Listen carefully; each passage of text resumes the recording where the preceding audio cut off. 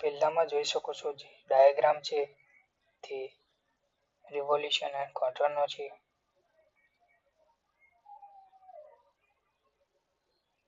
જેમાં worm, handle, locking device, worm gear જેવા ભાગો આવેલા છે અને વચમાં પોઇન્ટર આપેલું છે. ત્યારબાદ આપણે જોઈશું પરિભ્રમણ ગણક શું છે.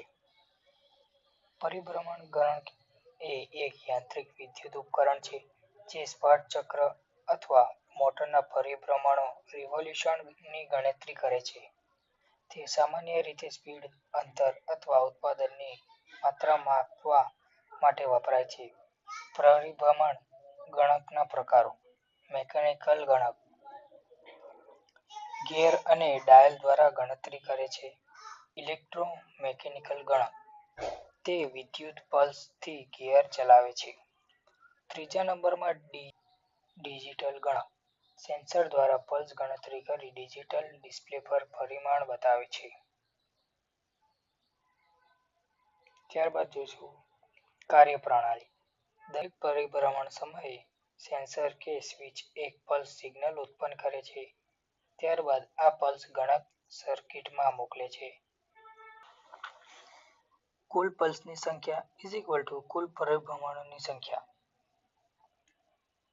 ઉદાહરણ તરીકે એક પરિભ્રમણ 1 પલ્સ એટલે 100 પલ્સ 100 પરિભ્રમણ.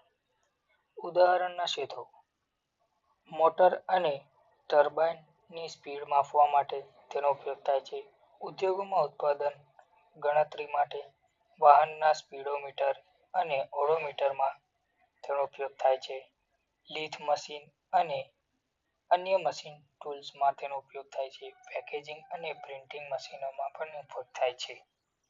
તેના લાભ: ચોકસાઈ અને વિશ્વસનીય માપન, ડિજિટલ ગણક માટે ઝડપી પ્રતિસાદ, જાળવણીમાં સરળ, ઉત્પાદન અને સ્પીડ કંટ્રોલ માટે ઉપયોગી, ઓટોમેશન સિસ્ટમ સાથે સરળ સંકલન ધરાવે છે.